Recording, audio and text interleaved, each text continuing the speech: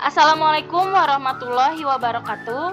Halo, perkenalkan nama saya Fanya Fadila Rizkia dengan NIM 210234009 dari International Women University.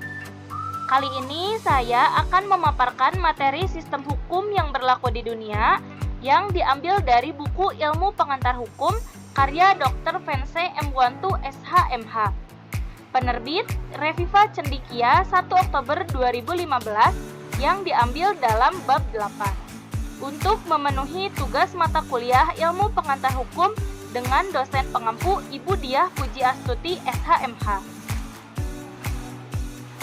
Kita mulai ke topik pembahasan. Yang akan kita bahas yang pertama yaitu sistem hukum civil law, yang kedua sistem hukum common law, yang ketiga sistem hukum demokrasi Pancasila, yang keempat sistem hukum sosialis, dan yang kelima sistem hukum negara Islam. Latar belakang. Di dunia ini terdapat berbagai sistem hukum yang berkembang seiring dengan sejarah, budaya, dan ideologi dari masyarakat di mana mereka diterapkan. Beberapa sistem hukum utama diantaranya adalah sistem hukum civil law, common law, hukum sosialis, demokrasi Pancasila, dan hukum negara Islam.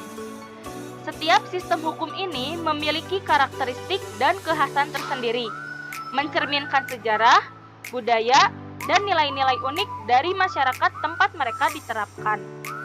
Perkembangan sistem hukum di dunia ini terus berlangsung seiring dengan dinamika sosial dan politik yang terjadi. Kita masuk ke pembahasan yang pertama yaitu sistem hukum civil law.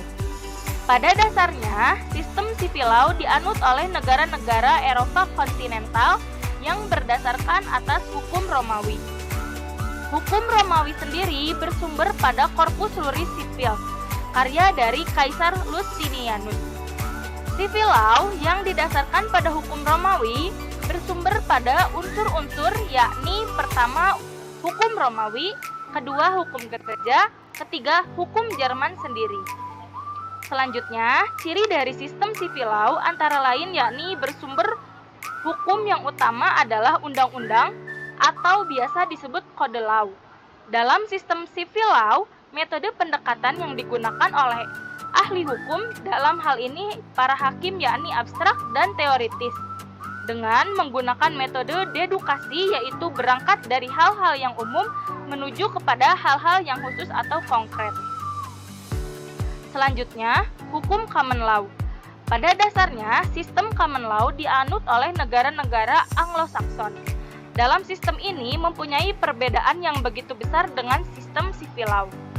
Ciri utama yang ada pada sistem common law yakni adanya pengakuan terhadap supremasi hukum, adanya pengakuan persamaan hukum, dan perlindungan hak-hak individu atau perseorangan.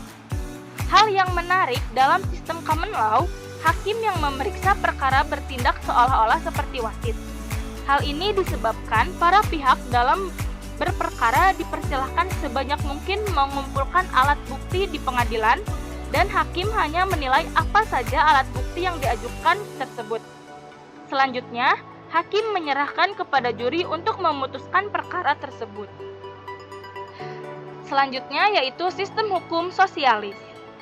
Pada dasarnya, sistem hukum sosialis awalnya berkembang dari negara yang dulunya disebut Republik Sosialis Uni Soviet, yang sekarang kita kenal dengan nama Rusia, yakni negara yang menganut paham komunis. Dalam sistem hukum sosialis, hukum ditempatkan sebagai alat atau instrumen untuk mencapai kebijakan sosialisme. Artinya, hukum berada pada posisi di bawah kebijakan-kebijakan sosialisme. Dalam konsep sistem hukum sosialis, hak kepemilikan pribadi atau privat tidak diperkenankan atau dihilangkan dan diganti dengan kepemilikan bersama. Paham sistem hukum sosialis banyak dipengaruhi oleh ajaran Marxis dan Lenin, yakni ajaran yang paling dikenal dalam paham komunis. Selanjutnya, hukum demokrasi Pancasila. Indonesia menjadi suatu negara didirikan berdasarkan karakteristik, ciri khas tertentu yang ditentukan oleh keanekaragaman, sifat, dan karakternya. yang kemudian disebut dengan negara Pancasila. Negara Pancasila merupakan negara persatuan, suatu negara kebangsaan, serta suatu negara yang bersifat integralistik. Dalam sistem ini, Pancasila ditempatkan sebagai dasar falsafah negara atau ideologi negara. Dalam posisi seperti ini, Pancasila merupakan suatu dasar nilai serta norma untuk mengatur pemerintahan dan negara. Pancasila ditempatkan sebagai sumber dari segala sumber hukum negara. Selanjutnya, sistem hukum negara Islam. Sistem hukum Islam pada dasarnya dianut oleh negara-negara yang menganut paham agama Islam.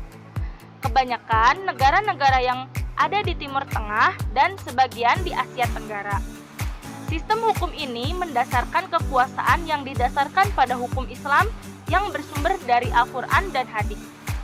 Prinsip dasar hukum negara Islam yang pertama, hukum negara Islam bertujuan untuk menciptakan keadilan dan keseimbangan dalam masyarakat dengan menekankan pada perlindungan hak-hak individu dan kepentingan umum.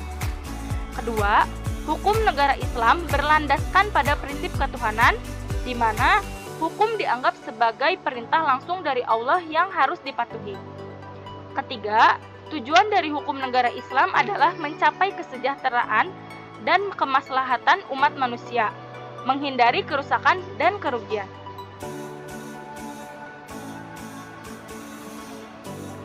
Sekian pemaparan materi dari saya. Mohon maaf bila ada salah kata dalam penyampaian. Terima kasih. Wassalamualaikum warahmatullahi wabarakatuh.